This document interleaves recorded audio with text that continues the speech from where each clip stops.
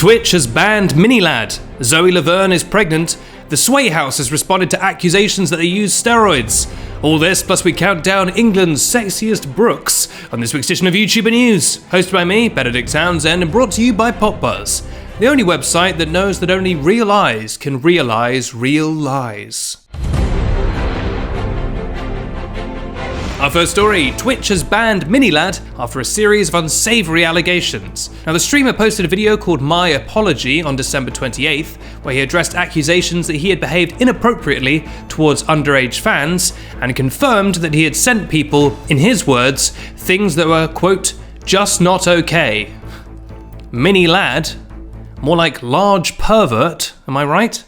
Now, that video was not well received and did very little to salvage his reputation, which is probably what he hoped it would do. Quite often I feel like these YouTubers and streamers and people are like, oh, I'll just do like a gloomy face in a video and then all will be forgiven, and no, you can't do that. Only the most famous YouTubers can do that and completely get away with it. It doesn't work unless you got 10 mil or more. Now Minilad's Twitch account, which has over 750,000 followers, has been deactivated, and his partner status has apparently been revoked, which is a move that makes it seem like he may be permanently banned from the platform. A spokesperson for Twitch made the following statement about the ban in a post on Twitter, saying, quote, "We take appropriate action when we have evidence that a streamer has acted in violation of our community guidelines or terms of service." Those spokespeople have a beautiful way with words. But it seems that finally, Minilad is facing some kind of consequences from his actions, and I say good. It's good that's happened. I hope he never comes back. Our second story, Zoe Laverne has revealed she's having a baby. Now, you may well know Zoe Laverne as the influencer who made headlines after she admitted kissing a 13-year-old, and now she's announced she is pregnant and has specified that the 13-year-old is not the father, thank God, thank Christ above. Zoe posted an Instagram story of a positive pregnancy test, along with the caption, quote, "Really excited to have y'all watch my baby grow." Then she posted a picture of her with the father, Dawson Day, saying, quote, "This is the father of my child. Stop saying otherwise. How would that even make sense?" Since, S-I-N-C-E. And you may say, Ben, surely you're above correcting people's spelling mistakes. Is that not just petty? And I would say no, not when they're that funny. Not when they're that funny. That wouldn't make any sense. She went on to say, quote, "Connor is 13. Nothing else happened besides a kiss. Stay in your own business." I love that. Guys, he's 13. That's gross. I already made out with him. I'm not weird. For his part, Dawson, the father, took to Instagram to say, quote, "Well, we're expecting. We couldn't be happier. And for the idiots talking shit, I am the father. Zoe and Connor didn't do anything to have a baby. That's impossible." It's not impossible, it's just very glad it didn't happen. "And if you have nothing nice to say, don't say anything at all. That's disgusting and a real low blow to talk shit about an unborn child. It's sickening. Please send positive vibes only." And I do agree with him there. You know, we don't want anything negative said about the child. And, you know, I think by the time the child is born, maybe everyone will have moved on from the 13-year-old thing. Who knows, but we wish the young baby nothing but the best. There was also a comment from Zoe who said of the people who are making the accusations about the 13-year-old being the father, she said, "Oh, you people weren't raised right." Accused them of not being raised right.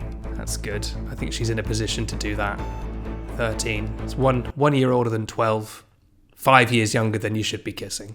And there we have it. Congrats to Zoe and to Dawson. I don't know if I can say this is a happy ending, but you know, it's an ending. It was one of the possible endings. Our third story, the Sway House has responded to accusations that they use steroids. The Sway House, as you probably know, is a bunch of swole lads, pretty hench and dench, not to mention strong and bulbous. And you may think they got strong by, you know, picking things up and putting them down again over and over again, but think again! Maybe, because there's been rumors that they've been using steroids. What? Rich people who got incredibly big in a short amount of time being accused of using steroids? Whatever is next? But yes, in a new video where the group dealt with common assumptions about themselves, they addressed whether or not they'd been on the juice or whether they were natty, which means natural, I came to learn. Now, Bryce Hall has already admitted to taking steroids in the past, so he said, quote, "I guess I can't really say anything on this one." Richard then went on to accuse Griffin of taking, quote, "like fake steroids," saying he's not even a full committer, to which Griffin responded that he only takes vitamins. Bryce went on to talk more about his experience with steroids, saying, quote, "Yes, I did take them.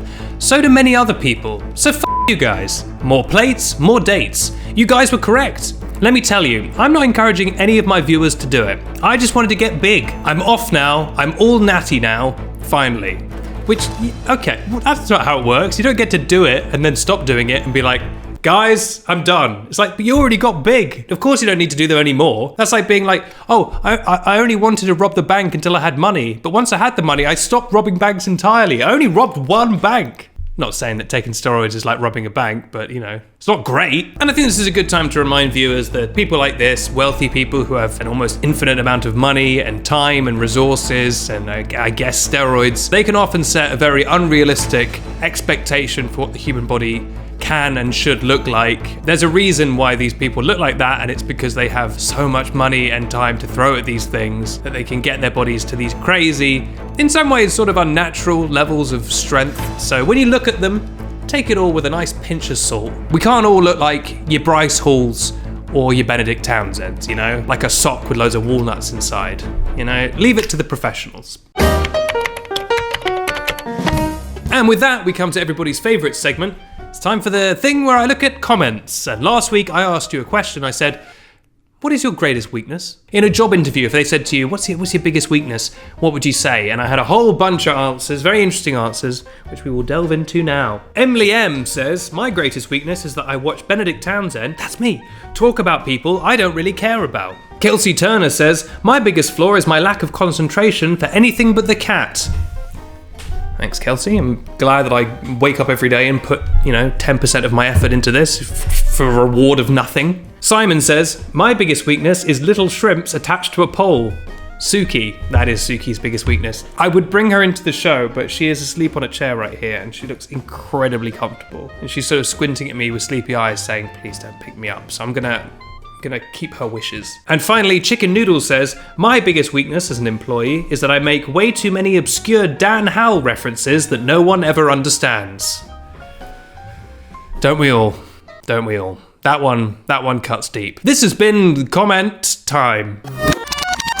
I'm Benedict Townsend, and this is YouTuber News, which airs every week on the YouTuber News YouTube channel and also on Snapchat Discover. If you haven't already, please consider subscribing either by hitting subscribe on YouTube or by swiping up on the last snap of this story. It's the best way to get brand new episodes of this show the second they come out, fired like lightning into your phone. This will be you. My phone, it's warm from the way the news was shot. I'm not selling this well, but the point is you get the new episodes, and that's good. There's also a brand new episode of the YouTuber News podcast coming out a little bit later this week because hopefully it will have a little special element to it, so keep an eye out for that and subscribe to that if you haven't already. But either way, look after yourselves, have a great week, and remember, it's a stick, has little shrimps on it, not very expensive, but if you bring it near any cat, they will go absolutely wild.